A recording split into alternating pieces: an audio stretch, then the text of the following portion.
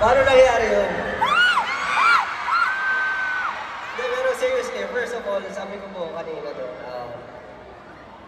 mga idol ko po kasi talaga yung mga kapwa nominees ko for this category.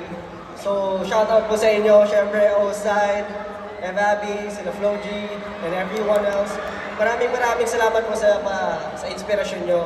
Pero syempre, for this award, sobrang i-cherish ko po ito. This is not just an award for me, but this is a checkpoint para sa mga future plans at sa mga future, syempre, achievements ng OPM at ng hip-hop. Para sa kultura po, at syempre, manatiling, syempre, magiging malakas po ang kultura natin. Even it become being P-pop, hip-hop, or any other genres. Salamat po. Maraming salamat. Wish 1075, 18, BBQs, at syempre sa mga kagrupo ko din, dahil pinayagan nila ako mag-schedule. maraming salamat po para sa inyo lahat ito. Congratulations, Josh Cullen. He will also receive a